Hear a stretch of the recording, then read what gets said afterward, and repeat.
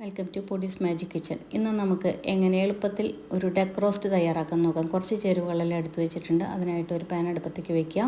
അതിലേക്ക് മുളക് പൊടി, മല്ലിപ്പൊടി, മഞ്ഞൾപ്പൊടി, ഗരം മസാല, കുരുമുളക് പൊടി ഇത്രയും ചേർത്ത് ഇളക്കി അതിലേക്ക് 1 ടേബിൾ സ്പൂൺ പെരിഞ്ജീരകം കൂടെ ചേർത്ത് നന്നായി ഒന്ന് മൂപ്പിക്കുക. അത് മിക്സിയിലിട്ടിട്ട് നന്നായി ഒന്ന് അരച്ചെടുക്കുക. കുറച്ച് വെള്ളം കൂടെ ചേർത്ത് നന്നായി ഒന്ന് അരച്ചെടുത്തിട്ട് ആ അരപ്പ് നമ്മുടെ ഡക്കിൻ്റെ പീസസിലേക്ക് ചേർക്കുക. അതിലേക്ക് 1.5 ടേബിൾ സ്പൂൺ ഇഞ്ചി അരച്ചത്, 1.5 ടേബിൾ സ്പൂൺ വെളുത്തുള്ളി അരച്ചത്, 1.5 ടേബിൾ സ്പൂൺ ചെറിയ ഉള്ളിയും കൂടെ അരച്ചത്, അതിലേക്ക് പാകത്തിന് ഉപ്പും ചേർത്ത് നന്നായി തിരുമ്മി യോജിപ്പിക്കുക.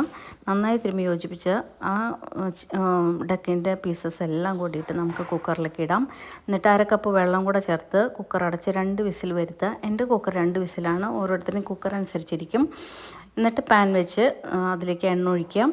അതിലേക്ക് സവോള ചേർക്കുക പാകത്തിന്, അത് പെട്ടെന്ന് മൂത്ത് കിട്ടാൻ വേണ്ടിയിട്ട്.